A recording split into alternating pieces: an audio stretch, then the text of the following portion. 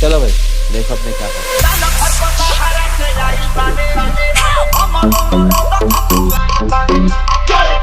अबे जल्दी बोल, कल सुबह पनवेल निकलना है।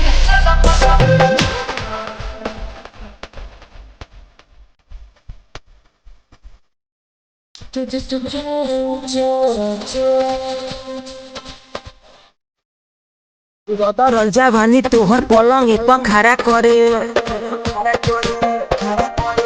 যত রঞ্জা ভানি তোহর পলং এক খাড়া করে अरे खतरा बढ़ावतारी हो जब जुबाना डोलावतारी हो चोए चोए चोए चोए पलंग करे चोए चोए चोए चो चो चो चो चोए चोए चोए पलंग करे चोए चोए चोए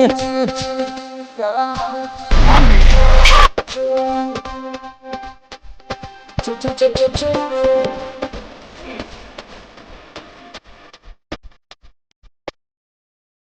देखी के जवानी तोहर मनवा नहीं भटके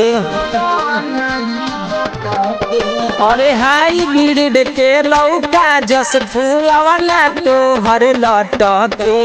गोले गोले अनार बाटे भितरिया अनार बाटे गोले गोले अनार बाटे भितरिया अनार बाटे सुन चुसके जियान कइले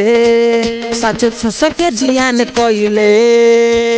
चोए चोए चोए चोए पलंग करे चोए चोए चोए चो चो चो चो चोए चोए चोए पलंग करे चोए चोए चोए